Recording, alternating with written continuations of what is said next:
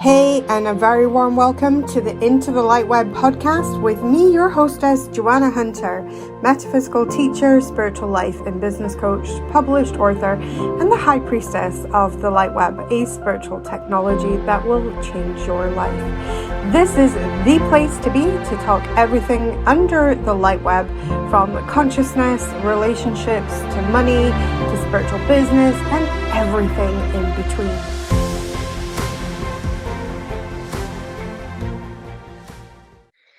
If you are watching us live on Facebook, then do go ahead and give us a little green heart emoji.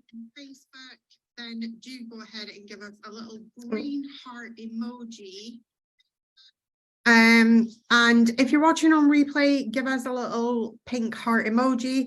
If you're watching on YouTube, make sure that you like and subscribe to our channel and leave us a little comment. We love those. So come and say hi in the comments if you are here live and you're joining us live for the transmission of light today. So I have something juicy for you today.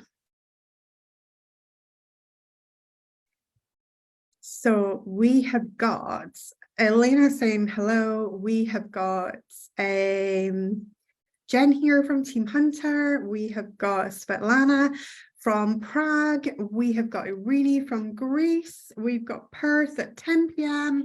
Perth, Australia. Hello, hello. Come and say hi in Gretchen from Toronto. We have got a very, very international Elizabeth from Montreal. We've got Canada representing. Hello, hello. Come and say hi. Come and say hi. We've got Rennie from Wales, London. Okay. So today's transmission of light. What I wanted to talk to you about today is hearing the calling of a higher power. Hearing the calling of a higher power. I think that there is, it's a bit like awakening. A lot of people have a misconception about awakening. They have this idea that it might be this beautiful rubbing the sleep from one's eyes. And of course, if you've been through awakening, you know it's like, could be a month-long shit show until we finally say enough is enough. And the same thing with hearing the calling of a higher power. It isn't, for most people, it isn't some like voice of God booming, saying, you know, here is your mission, here is your thing. There's very different stages of going through hearing a higher calling.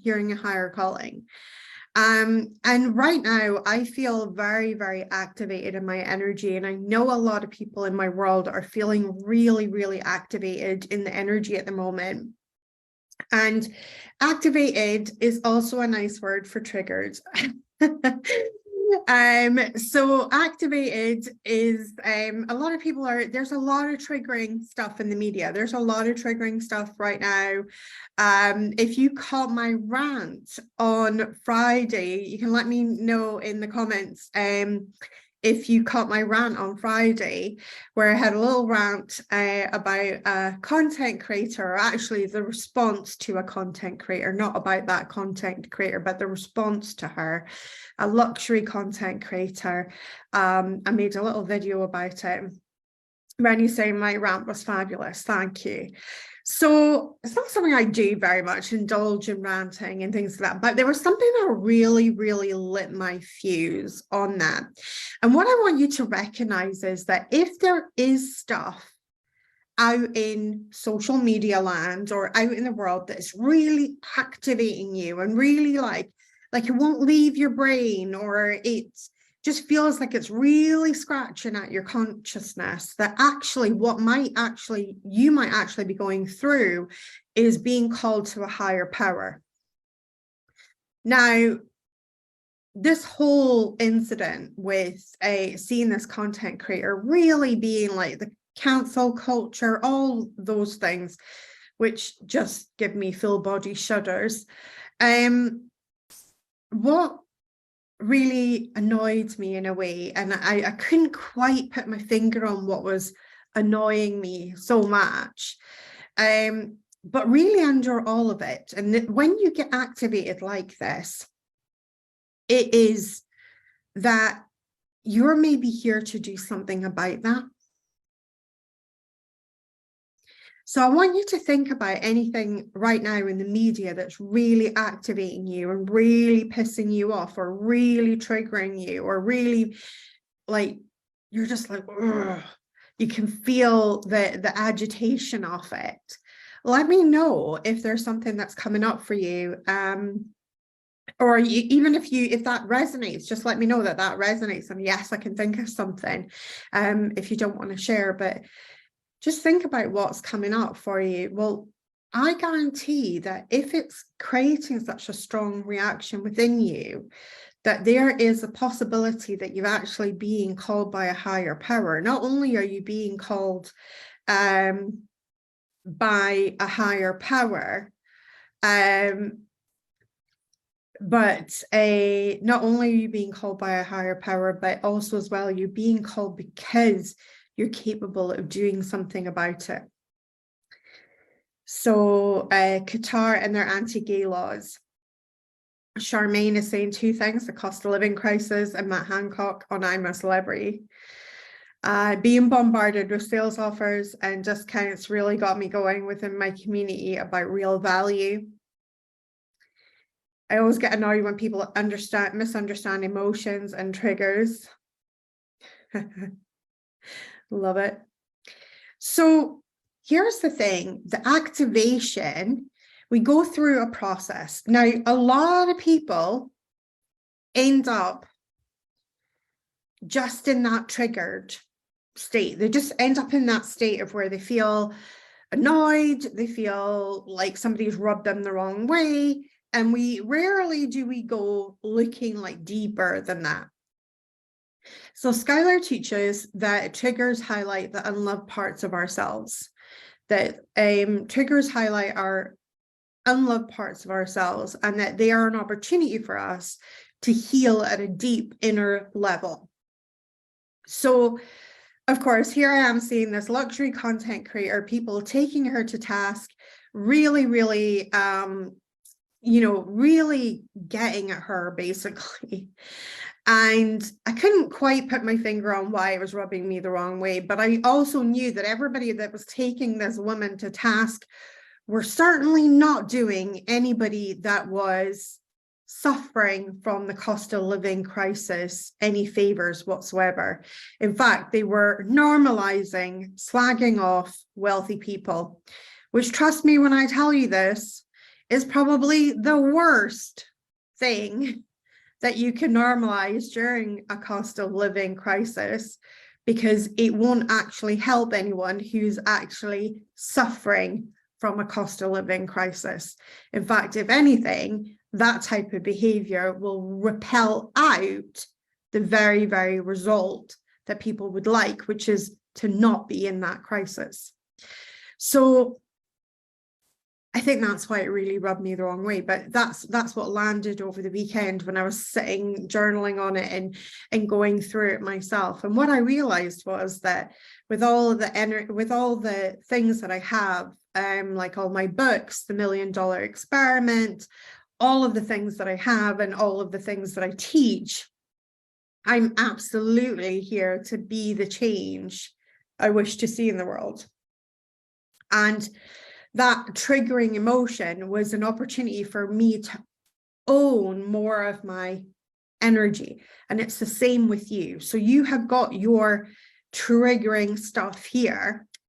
And as you've got this stuff that's really bringing up these triggers inside of you and activating your energy, what if we change the word triggered to activated instead and looked at this as an activation? And what is it activating you into? So I want you to think about that. What's it activating you into? So what what is the thing that you could do here of stepping up, and how does your current business relate to this, if you think about it? Because when we are activated like this, I always find that spirit doesn't ask us to go very far from our own woodpile. You'll probably find that you've got solutions, you've got things already in your own sphere of influence already that's there, that you are maybe not fully owning, and that you are maybe not fully stepping up in, because the activation is coming from our unowned parts of ourselves. That's why we see it out in Facebook land, and that's why we're getting rubbed the wrong way by these things, because there is a gap. So what I want you to think about is, I want you to think about a container. In fact, I'm going to use this to demonstrate. I've got two glasses here, okay? And if I place this glass inside this one, although they fit quite snugly, can we see that there's a gap in here, okay? Now, when we are a container, we are the vessel, and when we are not fully owning energy, we create a gap between where we're at, which is the inner glass, and our container, what our container can hold. And when we create this gap, that gap is where the triggers happen. That gap is where we feel activated, where we feel triggered. If we own the energy fully, and we fully show up for all of it, and we fully show up for what the vessel can actually hold, then we find that we are in a state of full healing, where we're not actually things are not going to rub us the wrong way. We're going to really embody that energy of being the change that we wish to see in the world. But as we can see, there's a gap here. And so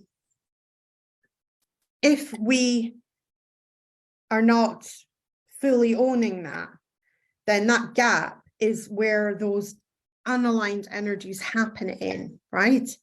And so what I want you to think about is, I want you to think about, what are you being called by a higher power to show up for? Because there's a lot of you here that are really resonating with stuff at the moment, activating you and rubbing you the wrong way a little bit.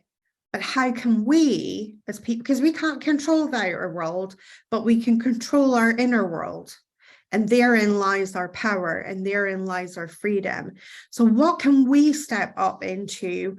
How can we step deeper into the energy of being the change we wish to see in the world? And I realized, one of the things that I realized is how important right now at the moment, we are being conditioned by the media, and we are being given a very negative message, along with the cost of living crisis for many people. And that's what rubbed me the wrong way when this woman, who was a luxury content creator, she never once promised anyone that she would tell you how to create luxury on the cheap or anything like that. And basically she was accused of being tone deaf because there was people in this crisis. But don't watch her if you don't want to see luxury content. And it really rubbed me the wrong way. But what it did was, it highlighted what I'm here to do. And what I'm here to do is to help people to step into their personal power, and to step into changing their life experience, and to help them to be the change that they wish to see in themselves. And the reason it rubbed me the wrong way is, am I doing that full out? Am I playing all out? And what came back over the weekend, just with sat in journals, I realized that we have done a lot in this world, and we've affected a lot of people and impacted a lot of people with our teachings, but there's a lot more humans on earth that need what we have. And so therefore I feel like I'm being called into the next level of that. And so that requires visioning again. So once you realize why you're being activated, your next stage is to start bringing yourself into visioning. what does that look like? What does the next phase look like? What does the next thing look like? So let's have a look in the comments. And I want you to think about what are the things that rub you the wrong way, and what are you being called into as a higher power? So what are you being called into?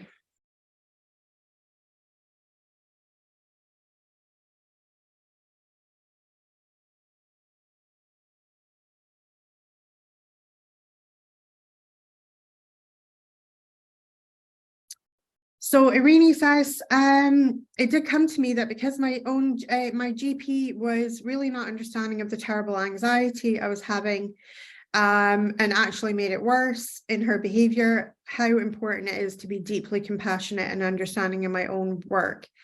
I don't know if this is the kind of thing that you mean. Absolutely, but there's another level to this, Irene, as well. What if you started advocating for deeper understanding, right? Because that's within your remit. So that's within your remit. You're able to do that, right? Like you're able to advocate what would have been positive behavior, what would have helped you in this situation, what would have helped you in that, what would have been nicer. So advocating for deeper understanding, absolutely.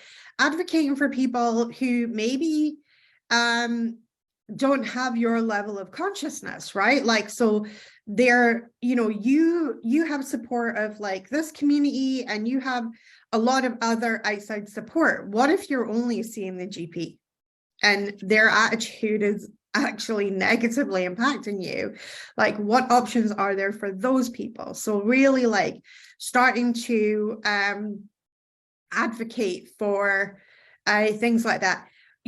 Could you sit down as a thing that you do for yourself and create like a patient charter, a charter of basic respect when dealing, and maybe a deeper understanding of what it is like to have anxiety and what are the things that trigger that more. So Gretchen here is saying to build a community hub in my neighborhood, utilizing unused buildings or for safe nurturing spaces who have limited resources. Beautiful. So Charmaine says, going back to basics with business and marketing planning, our niche ideal clients can afford our services. Business owners are not their ideal clients, not sure about the Matt Hancock element. I think the Matt Hancock element for many people has been really, really triggering in the fact that obviously it's a massive media opportunity, right, to be on a show that's popular like that. And I think, a lot of people have felt like this is a person who hasn't done their job correctly, hasn't done their job well. And then for them to kind of get, and then also as well, the fact that he's there on full pay. So he's being paid for being an MP while he's in a freaking jungle. And I think a lot of people find that really very, very triggering. So I think the advocacy in that is, if we dig into that, the advocacy in that is that we deserve better. But here's another thing. Things like that used to be massively, massively triggering to me. When I made that choice and made that decision in myself to be my own rescue and to really step up and do what it takes to rescue myself in my own life instead of waiting for rescue, what happened is situations like the Matt Hancock thing started to fade into the background. They're not activating for me anymore, whereas before they were massively activating. But I think part of it was that they were massively activating because this was a person who indirectly had an influence on my life, because the policies that they made and the things that they did could impact my life, especially when I was living on welfare. When I created my own financial freedom and I created financial freedom for myself, what happened is, so perhaps, the reason the trigger is there is that not only are you here to advocate for other people who are affected by the policies that this man has made, but also as well that you're here to maybe show a way out of that by leading yourself first and foremost, and then leading others, and helping them as well, so that they don't really are subject to that.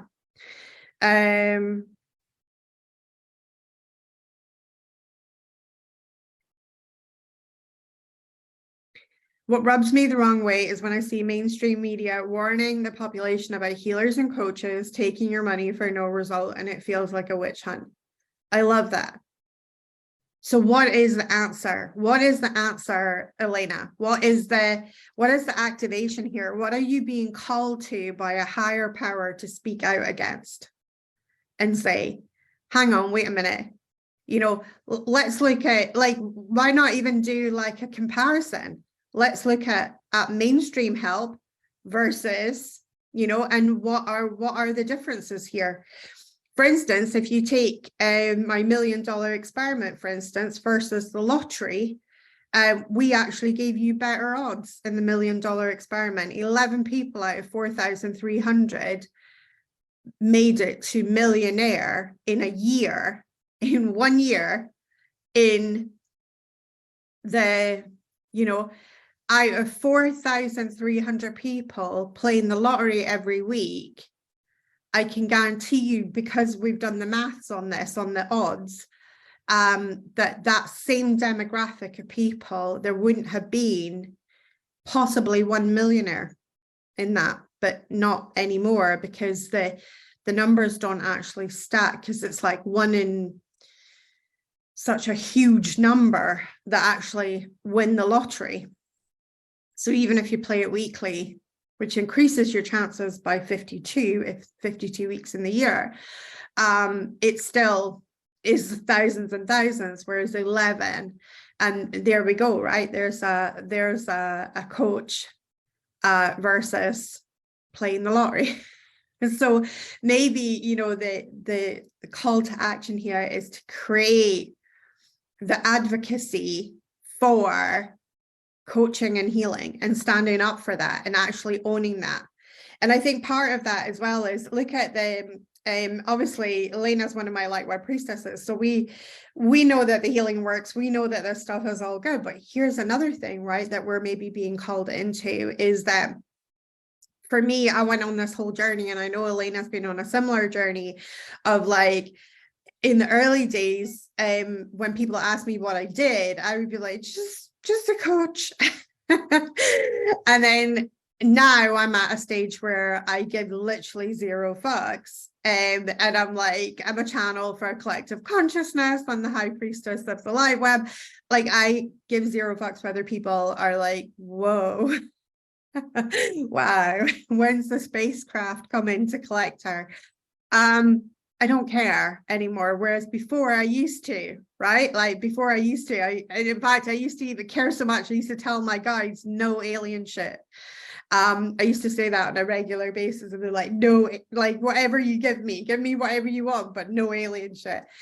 And this is it, you know, this is it. So maybe we're being asked to like stand up for your people, right? Like, and what's worked for you in your life, and own it at a deeper level.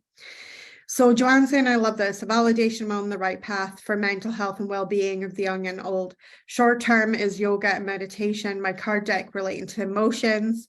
Long-term plan of dementia village, yoga, labyrinth, and meditation horse farm complex. Oh my goodness. Whole plan there. I love it. So really, like, so now what we're being asked, Joanne, is what is the next level of that? What is the next step that we can take in the evolution of that?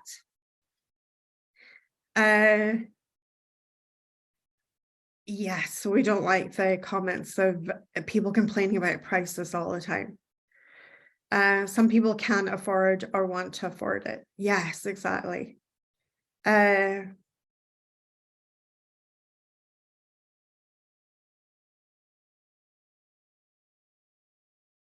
Perfect, Irini. That's it. That is how you use the activation. for positive. So Charmaine here is saying maybe it's more about how people don't understand PR and how it works. And it was all a PR stunt for Matt Hancock, which played out well and into his bank account. Magic. Educate us. Charmaine, we need to know how the PR works. We need to know how all of this is basically lining this man's pockets. And can we opt out? Can we vote with our feet? What can we do in a situation like that to empower ourselves? So oh, I love this. Expect clients to be healed when it's for their personal growth. The example, the article was about womb blessing done by a moon mother, saying it wasn't a proper therapist and the client didn't feel anything. Often they are journalists just trying out these therapies. Yes, that's it. I think what you're getting at is, Elena, like if we sift through all of the activation here, right? It comes down to this. Self-led motherfuckers, right? Like it's how we roll in my world. Self-led motherfuckers. That is how we roll. And that's what it comes down to. It literally comes down to that. And I think a lot of popular press, a lot of media, a lot of things like that is all about spoon feeding the public and disempowering in a way. We are conditioned from such an early age to disempower ourselves and ways that we can disempower ourselves. I saw an amazing, and this is possibly a future transmission of light, but I saw an amazing thing about the feminist movement, how it has actually disempowered women in the fact that women were conditioned by the feminist movement that we could do everything that man could do, which is true to a certain extent. But instead of honoring ourselves and doing it in our very secular nature, so a woman's cycle is 28 days, a man's cycle is 24 hours, right? I'll say that again. A woman's cycle is 28 days, a man's cycle is 24 hours. I know, doesn't it make so much sense now? Right? And so we're trying to fulfill these 24-hour cycles, and we're trying to fulfill these secular cycles. So we are very much a secular being. And as women, we're trying to fulfill a 24-hour cycle when we're actually not designed to fulfill a 24-hour cycle. We're designed to fill a 28-day cycle. And so basically it is creating, like it's created this disparity basically in the workforce, because the workforce honors masculine energy and doesn't honor feminine energy in the same degree. And feminine energy is a much more long haul energy, as it takes 28 days to complete the cycle. Masculine energy is 24 hours. It's a quick turnaround.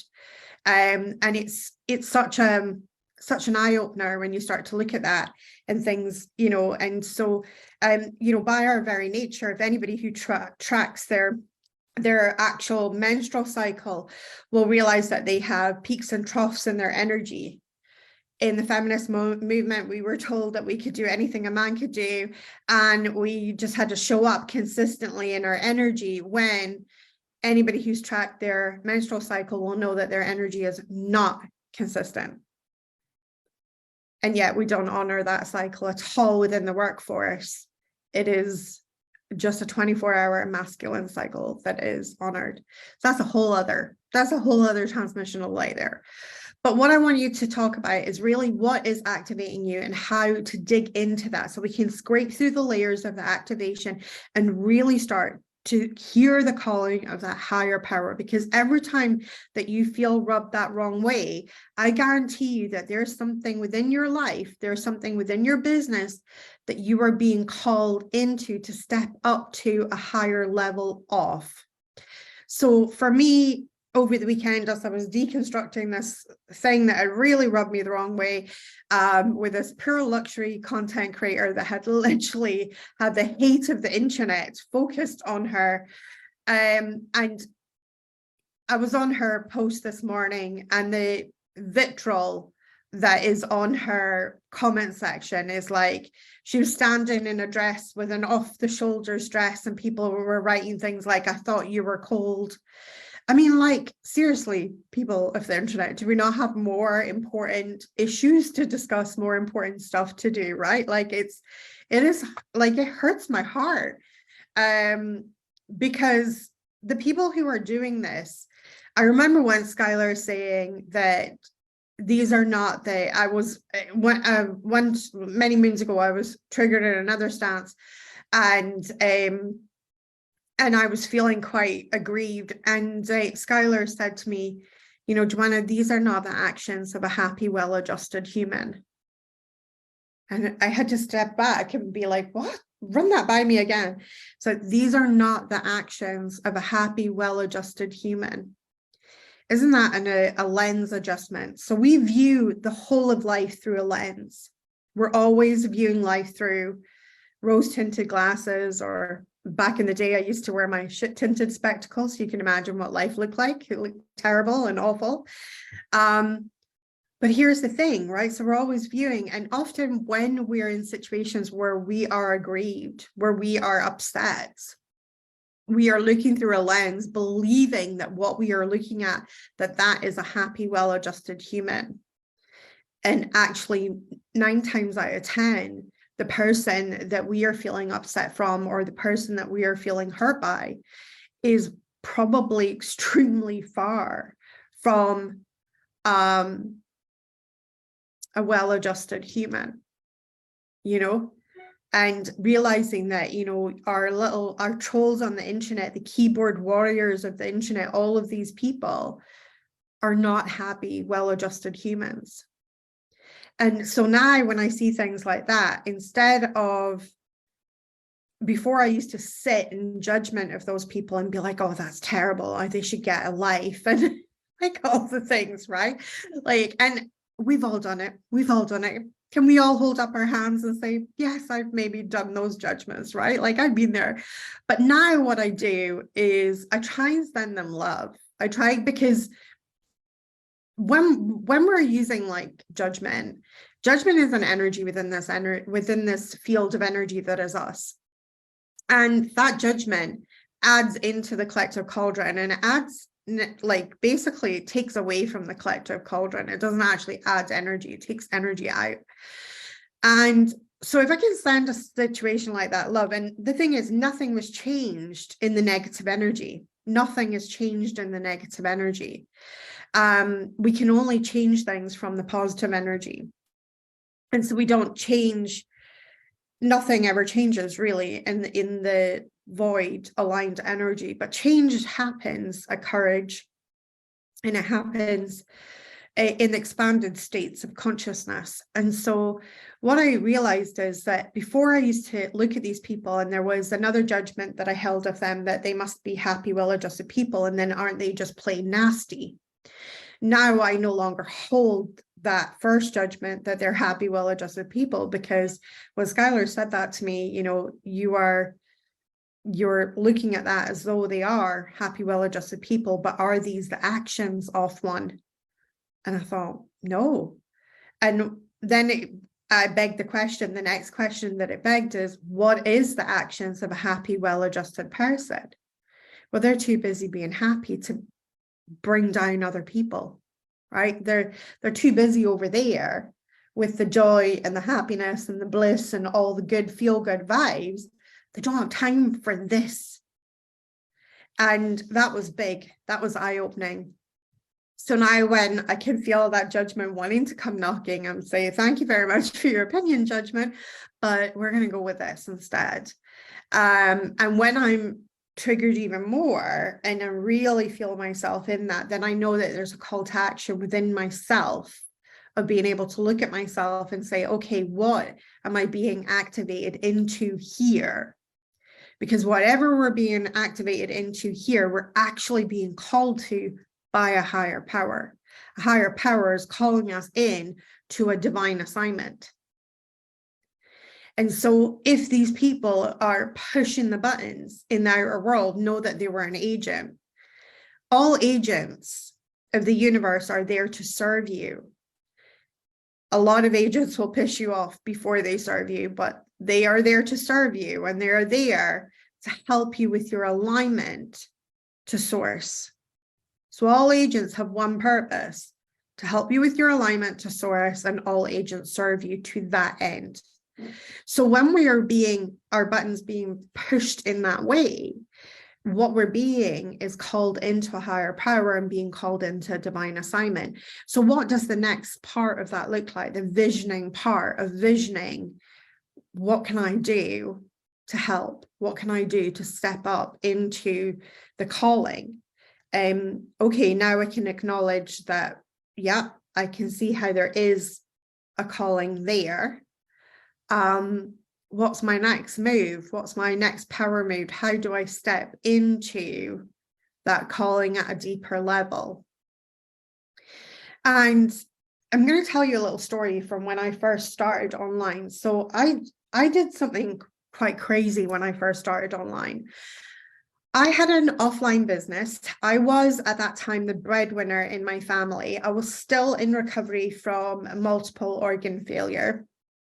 So it really on paper was just not the time to be rocking the boat financially, because we were also living on welfare. So I was earning some money from my business, and then I was earning money from I was receiving money from the government. And then my husband had been my carer for a number of years at that point. And so my business was actually, and he helped me in the business, but my business was actually the main source of income in our family at that point, outside the benefit system. And when I felt this calling, this really, really deep, deep calling to move my business online, there were certain things that I already knew about that. I knew that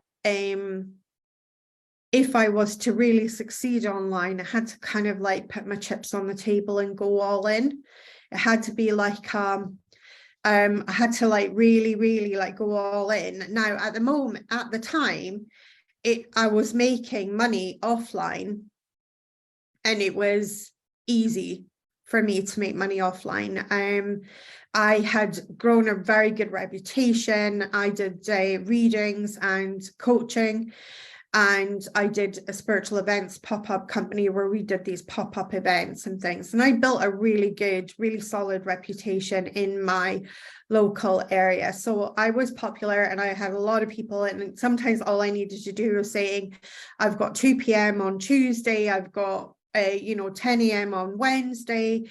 Anybody want these appointments? And they would fill almost instantly. So things were going really, really great. But I knew that if I was to really, really grow a business online, and I could see the potential for growth, and that's what I wanted in the online world, there was massive potential for growth.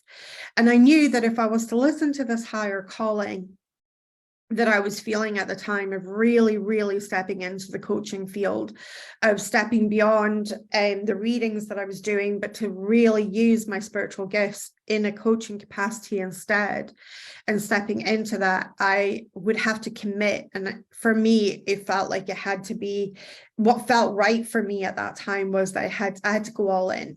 I had to go all in and really, really commit to that. Which was really scary, because I had no customers online, none, zero, nada. And people online, who the fuck is Joanna Hunter? I've never heard of her, and rightly so, because I had like zero online presence. Other than my personal Facebook page, there really wasn't much to show online. So I made this decision, and I created a cutoff date. And the cutoff date was the 31st of January. And 31st of January 2014, 31st of December 2014, 1st of January 2015, I would only be available online for people. Now, I did that for a couple of reasons. One of the reasons that I did that was that I actually couldn't trust myself.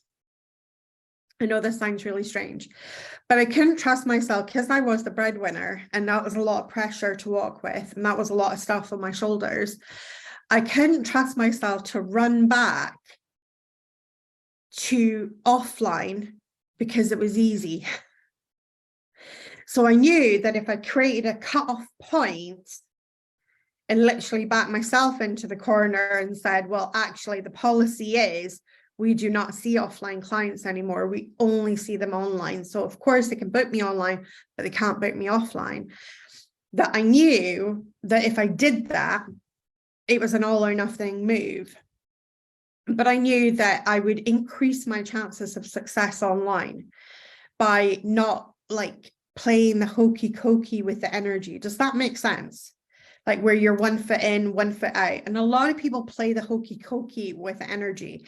But I was very crystal clear on where I wanted to go in life. I was very crystal clear that I wanted to create an expansion for myself and my family, that I was very clear that I wanted to bring my message that I had to a larger audience. And I knew that that required a chips on the table move.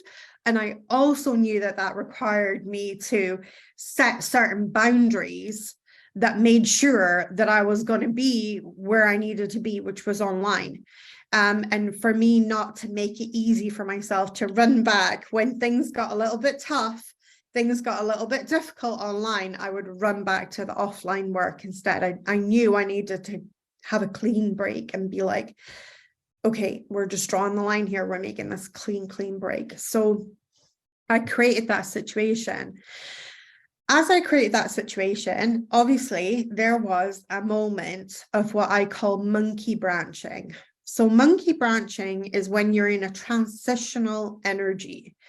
It's when, if you imagine little monkeys in the jungle and they're jumping from branch to branch, there sometimes comes a moment where the monkey sees a branch, but it's out of hand reach. They're not easily jumping from branch to branch.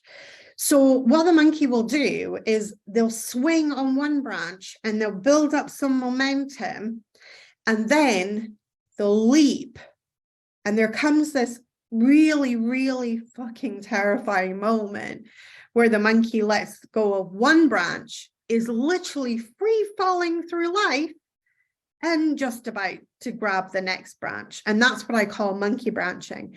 And when I was in the thick of that for building this business, where I had let go of my offline business and I was jumping into my online business, and the couple of months where the income was horrific,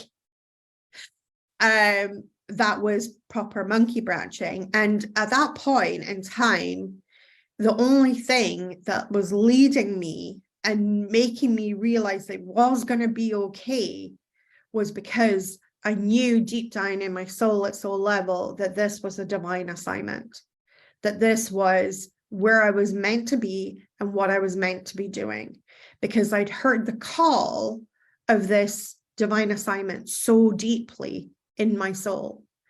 And that's because I'd had months of small little triggers, but instead of just getting into the triggers and spending a lot of time pissed off, what I was doing was I was getting into my triggers and looking at them and saying, what is this here for?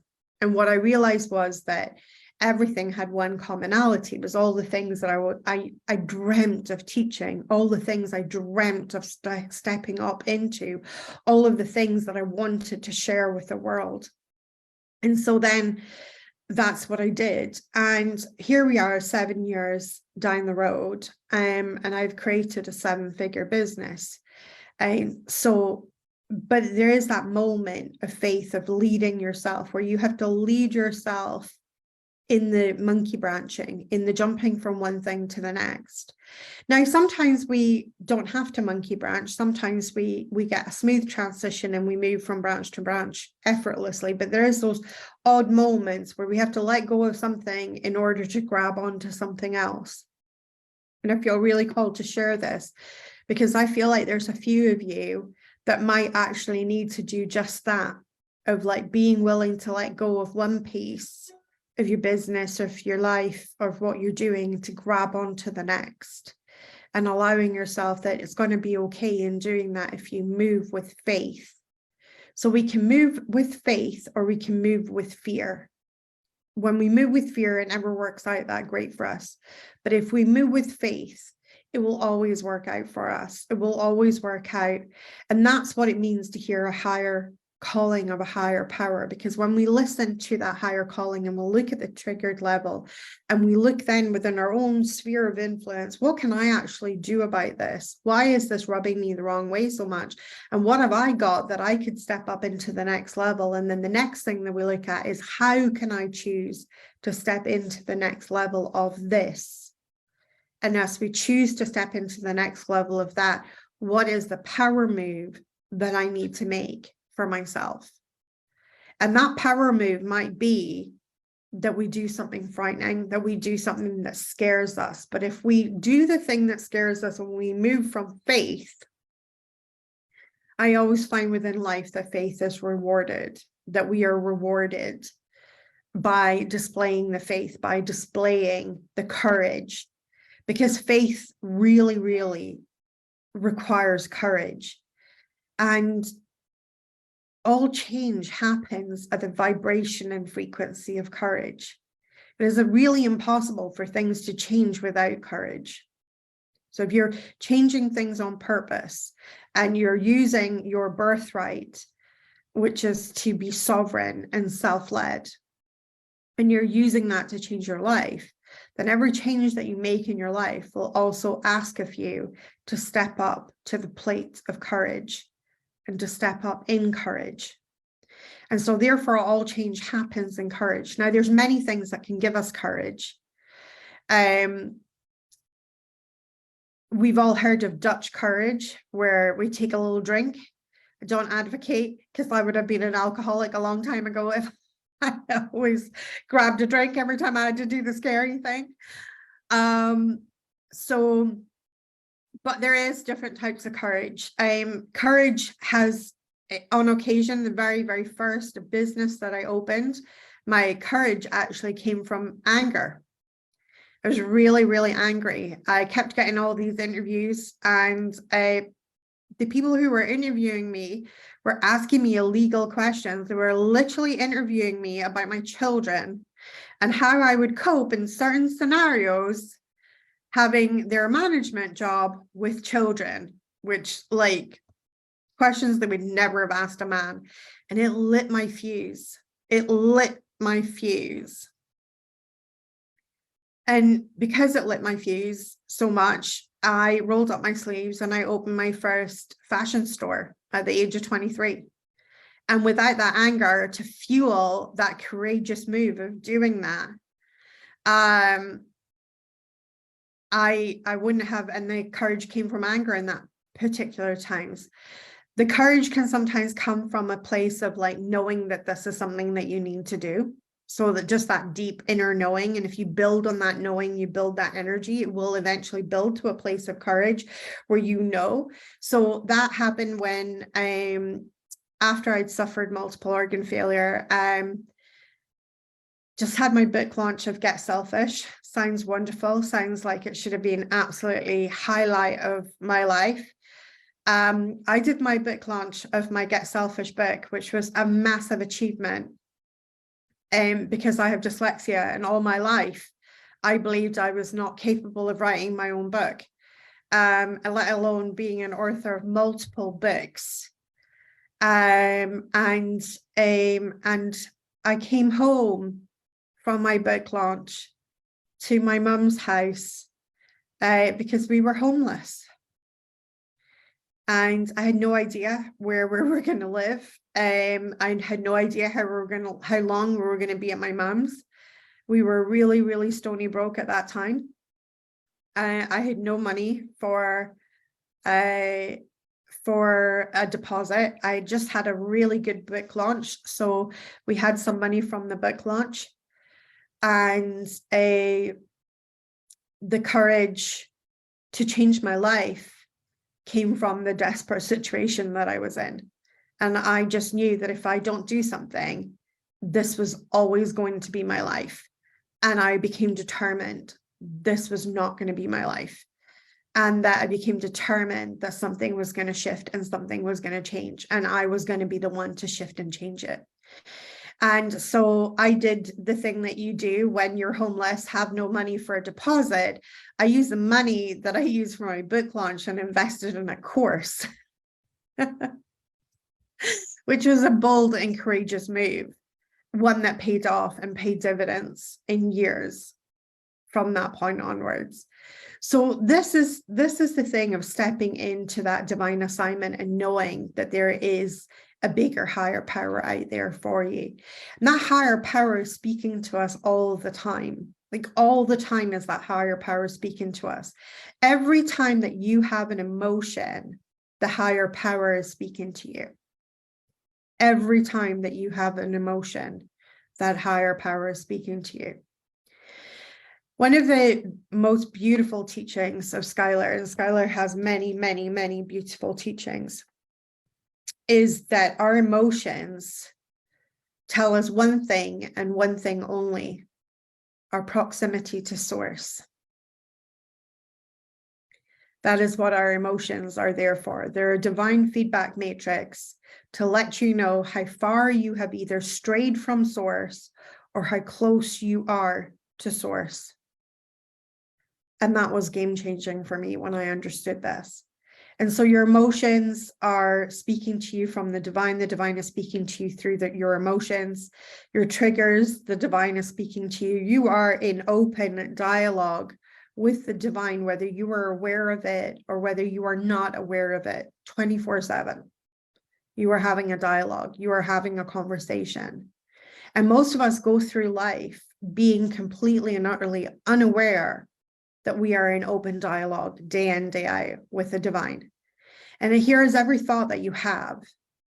So when you have multiple thoughts of, I want to change my life, I want to change things, I'm not happy about this sucks ass in my life, whatever we are going through on a daily, consistent basis, the thing that comes up again and again is that the universe is hearing that, and the universe will wait for you for a little while to do something about it. And when you don't do anything about it, it'll start to send agents, and it'll send the emotional agents, and then it'll send what I call the button pushers of life. That's when you're feeling triggered and activated, called into a higher power, called into deeper ownership of your own energy. And eventually the universe will actually send its more hardcore agents, which are agents that I went through with and did a very, very merry dance with, which was the agents of illness. And they were my greatest teachers. They became my greatest teachers. And those agents probably have taught me more about myself than anything else in this life. Going through that, I was a real challenge and a gift of going through that. But I want to make you aware in this transmission of light that you're in open dialogue, but you are being called often by a higher power into more of your frequency and more of your vibration. Every time that you're triggered, I want you to start thinking, what am I being called into here? What am I being called for here? Because I guarantee you that if you start approaching those triggers and those things as calls to action, as opposed to, I'm so pissed right now, I'm so mad right now, which is just getting into the emotional state of it, as opposed to the self-leadership part of it, where we're leading ourselves and thinking, okay, well, why am I feeling this way? And what inside me is creating these feelings? Because what we like to do is we like to create the blame game. And in the blame game, what we do is we like to point fingers at whatever the thing that's activating us and pissing us off. But it isn't that. It's an internal energy that's being highlighted. And if we take the opportunity that's being presented to us, we are being called by a higher power every single step of the way.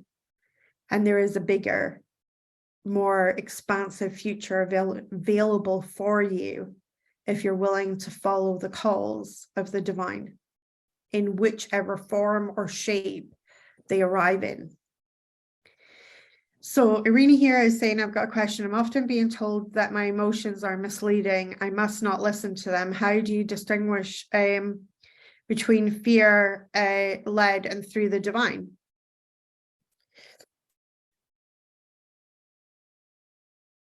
First of all, I don't know who's telling you that your emotions are misleading. I think that what's really, really important is we've got to understand what their emotions are. They're telling you your proximity to source, okay? So if people are saying when you're feeling things like anxiety, for instance, that by its very nature is a misleading emotion in the fact that it's void aligned. Now, the void is the master of illusion. So it creates illusion, right? If we actually deconstruct anxiety itself is a warning mechanism. It's a warning system of a potential hazard, a hazard that has not happened yet. So for instance, you have been invited to, let's take this example, you've been invited to a wedding. And everything feels really good in the beginning. You're like, yeah, I'm really excited for the wedding. And then the wedding gets closer and closer and closer. And then you're going to be a guest at this wedding. And the anxiety starts to ratchet up. You're like, oh my God. What's happening? What is happening in your thoughts? What's going on? Well, your thoughts are probably catastrophizing. So they're saying things like, well, you could go, but you know that it's going to be loads of people that you've never met before, so it's going to be a shit ton of awkward conversations, and we start to like really get into that. If we look at what we're getting into emotionally, none of it has happened because we're not there yet. The only piece that has power is the present moment, is the now. But what the emotion of anxiety is telling us is that we have strayed very far from source. How have we strayed far from source? By catastrophizing a future that has not happened yet, which then produces the emotion of anxiety. So what if we were to take our very, very anxious brain, our very afraid brain, and then take that fear and bring it into the present moment? So what's my favorite practice for bringing yourself into the present moment? Smell the flowers, blow out the candles, smell the flowers, blow out the candles, and then give 3 things that you're grateful for right now, right? It's a super simple practice, a breathing in and out, bringing yourself back into present moment. As soon as you brought yourself back into present moment, then you are going to be in the power base of now, which is where your power is. Your anxiety is really just telling you that you are away from your power base. And so there is an aspect to the anxiety that's misleading in the fact that but your emotions are important. They're your feedback from the divine feedback matrix, and you should absolutely be listening to them. But listening to your emotions does not mean listening to the emotion. Listening to your emotions is your indication of where you are in your proximity to source. Source is always now, source is always here in your present moment. You, however, are not always here. You, however, are not always in your present moment. Sometimes you stray from your present moment. When we stray into the past, we start to feel depressed. It is the agent the universe sends us to show us our loss of power by visiting the past. Anxiety is the agent the universe sends us to show us our loss of power by visiting the future, a moment that has not happened yet. All moments are now. That's the only moment that contains any power, the present moment. So when we move into that, I think it's really important that you start to listen to your emotions, but that you don't listen to the emotion, that you listen to the understanding of the feeling and apply this to the feeling. When you start doing that, it'll help you to use that as a metric or a measuring tool for bringing you back into present moment where your power is. So your emotions are always there for a reason. I absolutely agree with that, Simone.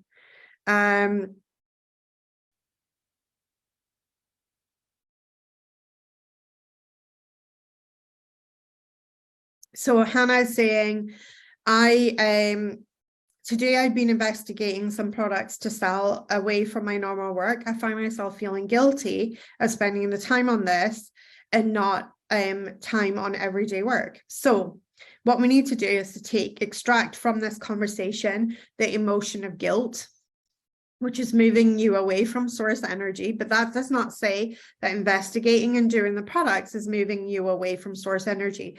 It's to say that there's some funky thinking here. So if we go in and we start asking ourselves, why do I feel guilt? What you're going to uncover, Hannah, spoiler alert, because I track energy for a living, but spoiler alert is that you have probably placed a lot of pressures on yourself of getting the everyday work done, right? And so anything that distracts you from that and takes you away from that, that then produces the emotion of guilt. And that, to me, tells me that when we are performing our everyday work, there is an element of hustle to the everyday work. Instead of really, what if you were just to find yourself being in total joy about investigating some products to sell, and that being in the joy of this, like, what would it take for you to shift into that and saying, well, what if this is? And here's the thing. When I used to work in a very pressured way, so I was always very, very pressured about everyday work, and I used to feel very, very pressured about that. For me, what that did was it created a kind of like all work and no play scenario, where any type of play felt guilt inducing and things. But here's the thing, our brains don't work so well on one track constantly. Our brains are very much designed to hop around a little bit. And so I started working with, and this is something that my ladies within the Unity program they're doing a challenge this week. And the challenge that they're doing is called, what's the most loving thing I can do for myself? Now, tuning into that question, we start to get things like go for a walk in the forest, get out in nature, go and get yourself a Starbucks or whatever, be lots of things. Go and take a nice bath, go and read a book. You'll get lots of different states of energy. And I guarantee you that sometimes you will get a state of energy. Sometimes you will get a state of energy that is go and work on your work, go and do the most loving thing that you can do for yourself today is to actually do the work that you need to do today. And other times it will tell you to do other things. Here's the thing. If you follow that guidance, you will always be aligning to source. But the other thing as well is that it's when we follow that guidance, what happens is divine inspiration can get in. And so we can't be constantly in a consistent state of energy, because if we're constantly in a consistent state of energy, I will guarantee you that the divine will find it very difficult to communicate with you, because you are a creature that is designed to ebb and flow in the energy. You move in and you move out of energy. So you're constantly ebbing and flowing. And if we're not honoring that cycle, and that's really what we started this conversation with, that was part of the conversation, you know, a woman has a 28-day cycle. But when we honor those cycles of ebb and flow, we start to actually become more productive as a result. You know, nobody's ever accused an ocean of not being productive enough, right? And they're ebbing and flowing constantly with the tides. And it is through that ebb and flow. And I have harnessed this very natural cycles in my own business to allow my business to become more productive by honoring my ebb and flow within my business. And then as I do that, so sometimes I want to flow with product development, and sometimes I want to flow with my everyday work. But sometimes my everyday work, I feel like a little bit of an ebb and I get myself away. Those times where I get myself away, whatever I'm getting myself away to, is making my everyday work more potent. Because I go away and I think about it and I mull things over, and I might be doing something else, and divine inspiration pops in right there. Then when I come back to the actual everyday work, it's more potent because divine inspiration is now in my mix. So I hope that makes sense for you, Hannah. Let's have a quick check-in with Facebook before we wrap up here. So feeling called to craft, create, and heal for myself and others. Oh, I love that, Lauren.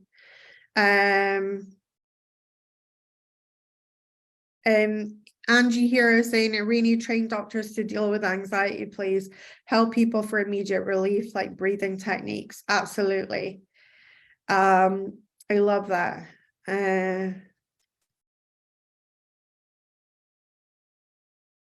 Beautiful. So before we wrap up, do we have any more questions? Anybody else want to ask a question before we wrap up here today?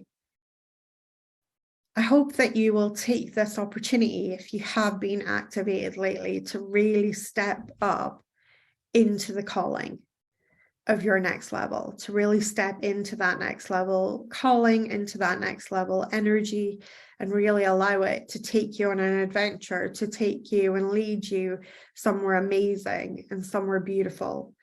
And to use that activation for your empowerment, as opposed to getting into the void side of that energy and really getting mad and pissed, and where really nothing is really moving or happening in your energy field. But the magic really happens when we take those things that rub us the wrong way and we ask the bigger questions. What is the divine calling me into in this space, in this place? Is this a divine assignment that I have been perhaps up until this point ignoring within myself? And how may I serve and step up at a much, much higher level? So I'm really, really excited to have delivered this transmission of light. I hope that it brightens your week. Leave us a wee comment if you're watching this on any of our social media channels. And do like and share this with your friends. And I will speak to you guys soon. Have a wonderful week ahead. Bye now.